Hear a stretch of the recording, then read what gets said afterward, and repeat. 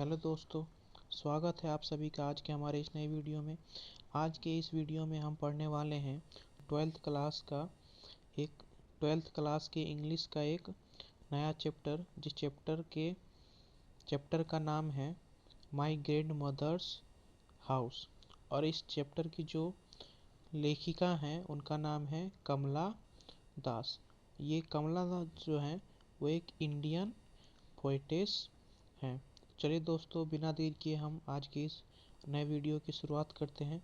अगर आप हमारे चैनल पर नए हैं तो कृपया चैनल को सब्सक्राइब करें और वीडियो को लाइक और शेयर ज़रूर करें। तो चलिए दोस्तों, शुरुआत करते हैं आज के हम अपनी इस नए वीडियो की। यहाँ पर कुछ कमला दास की ज़रूरी डिटेल्स दी गई हैं।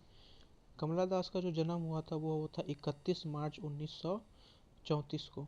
इनकी मृत्यु हुई थी 31 मई 2009 को। She is a poetess and short story writer, यानी कि कमला दास जो है वो एक कवि भी थी और शॉर्ट स्टोरी राइटर भी थी, यानी कि छोटी छोटी कहानियाँ भी लिखा करती थी। हर ऑटोबायोग्राफी पब्लिश्ड इन 1976, यानी कि उनकी जो ऑटोबायोग्राफी थी, ऑटोबायोग्राफी का मतलब होता है आत्मकथा, यानी कि उन्होंने खुद के ऊपर जो बुक लिखी थी वो 1976 में प्रकाशित हुई थी।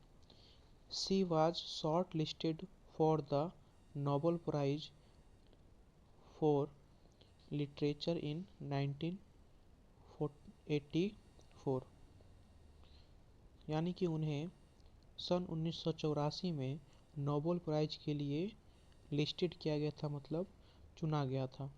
सी is written in Malayalam and English language, यानी कि वो दो भाषाओं में कविताएं और कहानियाँ लिखा करती थी, मलयालम भाषा में और इंग्लिश भाषा में। चलिए दोस्तों, इनके बारे में पढ़ते हैं। कमला दास जन्म हुआ था 31 मार्च 1934।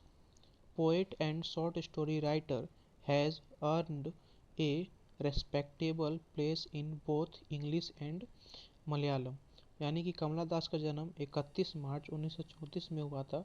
ये एक पोएट और शॉर्ट स्टोरी राइटर थी और इन्होंने दो भाषाओं में, यहाँ पर है has earn A respectable place in both English and Malayalam literature, यानी कि इन्होंने इंग्लिश और मलयालम दो भाषाओं में रेस्पेक्टेबल प्लेस हासिल किया था। Her autobiography published in 1976 created quite a stir in 1984. She was shortlisted for the Nobel Prize for Literature, यानी कि कमला दास का जन्म 31 मार्च 1934 में हुआ। वह एक प्रसिद्ध कवित्री और कहानीकार थी। उन्होंने अंग्रेजी और मलयालम दोनों भाषाओं में बहुत नाम कमाया। उनकी आत्मकथात्मक ग्रंथ 1976 में प्रकाशित हुआ था, जिसने काफ़ी हलचल मचा दी। वर्ष 1984 में उन्हें साहित्य के नोबेल पुरस्कार के लिए चुना भी गया था। चलिए दोस्तों, आगे आते हैं। यहाँ पे उनके कुछ मशहूर फेमस बुक्स के नाम हैं। Her important volumes of words in English, यानी कि उनकी प्रमुख अंग्रेजी कविता पुस्तकें। सबसे पहले है समर इन कोलकाता, जो 1963 में पब्लिश हुई थी। दूसरी है साइरेंस, जो 1964 में पब्लिश हुई थी। तीसरा है द डेस्केंडेंट्स, जो 1967 में पब्लिश हुई थी। अगला है the old play house and other poems, जो 1973 में पब्लिश हुई थी। अगला है द एनामलाई पोएम्स, जो 1985 में पब्लिश हुई थी। अगला है only the soul knows how to sing, जो 1996 में पब्लिश हुई थी। और आखिरी है यस अल्लाह, जो 2001 में पब्लिश हुई थी। इसमें जो सबसे ज़्यादा ज़रूरी है, जो एग्ज़ाम में कई बार पूछे जा चुके हैं, वो है समर इन कोलकाता और एक है आपका ये यस अल्लाह।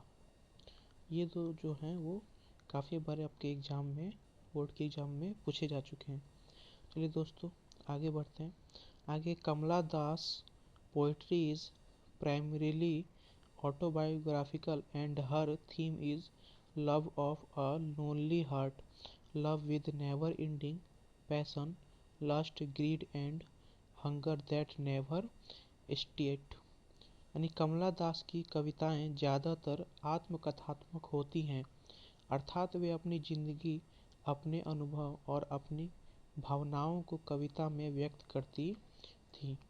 उनकी कविताओं का मुख्य विषय है एक अकेले दिल का प्रेम, जिसमें कभी ना खत्म होने वाली भावनाएं, इच्छा, लालसा और प्रेम की भूख दिखती है। यानी कि कमला दास जो भी कविताएं लिखती थी वो कविताएं उनके आत्मकथात्मक होती थी, यानी कि वो उन्हीं की ज़िंदगी पर और उन्हीं के अनुभव को वो अपनी कविताओं में व्यक्त करती थी। उनकी जितनी भी कविताएं थी उनमें उनका मुख्य शीर्षक होता था अकेले दिल का प्रेम, जिसमें कभी ना खत्म होने वाली भावनाएं, इच्छाएं, लालसा और प्रेम की भूख दिखती थी। चलिए, she is non for sexual adventure in her writings, for her love hardly ever goes beyond sex and lust, which even reaches the point of nausea and is reborn again and again with new vigor। Kamala Das reveals a commendable mastery of phrase and control over rhythm. The words are often painted and the rhythm is marvelously, almost furiously alive। चलिए दोस्तों, यहाँ पे कहा गया है कि उन्हें अपनी रचनाओं में प्रेम और शारीरिक भावनाओं को खुलकर व्यक्त करने के लिए जाना जाता था। यानी कि वो अपनी रचनाओं में प्रेम और जो मनुष्य की शारीरिक भावनाएं होती हैं उनको खुलकर व्यक्त करती थी। उनके लिए प्रेम कई बार शारीरिक आकर्षक तक सीमित रहता था, जो कभी कभी उब तक पहुंच जाता है, फिर भी बार बार नई ऊर्जा के साथ लौट आता है। कमला दास भाषा और लय पर विशेष पकड़ रखती थी।